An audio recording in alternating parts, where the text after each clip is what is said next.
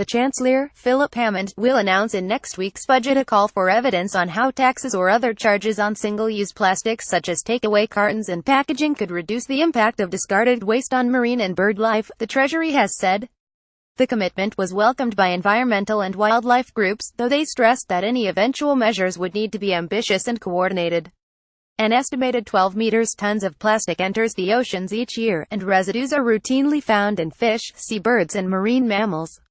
This week it emerged that plastics had been discovered even in creatures living 7 miles beneath the sea. The introduction just over 2 years ago of a 5p charge on single-use plastic bags led to an 85% reduction in their use inside 6 months.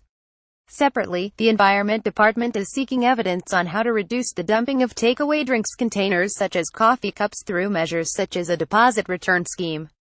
Announcing the move on plastics, the Treasury cited statistics saying more than 1 million birds and 100,000 sea mammals and turtles die each year from eating or getting tangled in plastic waste. The BBC series Blue Planet 2 has highlighted the scale of plastic debris in the oceans. In the episode to be broadcast this Sunday, albatrosses try to feed plastic to their young, and a pilot whale carries her dead calf with her for days in mourning. Scientists working with the program believed the mother's milk was made poisonous by pollution. The call for evidence will begin in the new year and will take into account the findings of the consultation on drinks containers.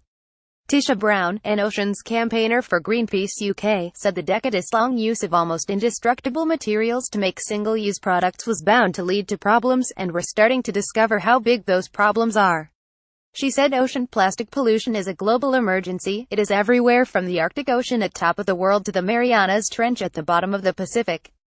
It's in whales, turtles and 90% of seabirds, and it's been found in our salt, our tap water and even our beer.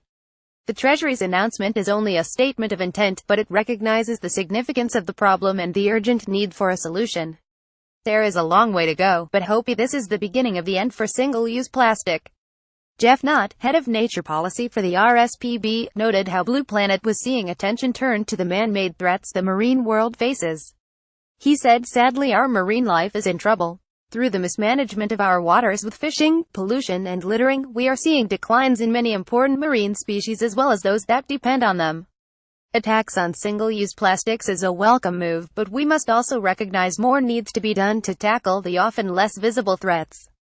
After the Brexit vote, Knott said, the UK had a strong interest in demonstrating global leadership in tackling this international problem that impacts not just on our shores and our overseas territories but every coastline around the world. However, this must be part of a bigger package of measures that also looks at overfishing, lack of protection, climate change and pollution. Mike Barrett, Director of Science and Policy for the wildlife charity WWF, said too often birds, fish, turtles and whales are found dead having eaten plastic. Plastic is suffocating our seas.